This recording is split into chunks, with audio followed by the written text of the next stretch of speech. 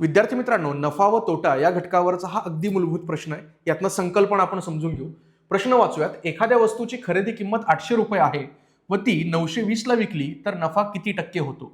मग नफा कसा काढला जातो? तर कुठल्याही गोष्टीवरचा नफा काढताना आपल्याला जी विक्री किंमत आहे ती विक्री किंमत आणि खरेदी किंमत यांच्यातला फरक काढावा लागतो.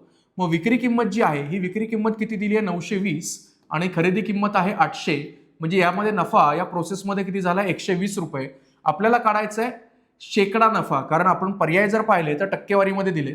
मग शेकडा नफा काढत असताना आपण तो कसा काढतो? तर झालेला एकूण नफा छेद खरेदी किंमत, कारण नेहमी नफा हा खरेदी किंमतीवर काढला जातो, गुणिले 100. मग एकूण नफा किती आहे? तर 120. खरेदी किंमत किती आहे?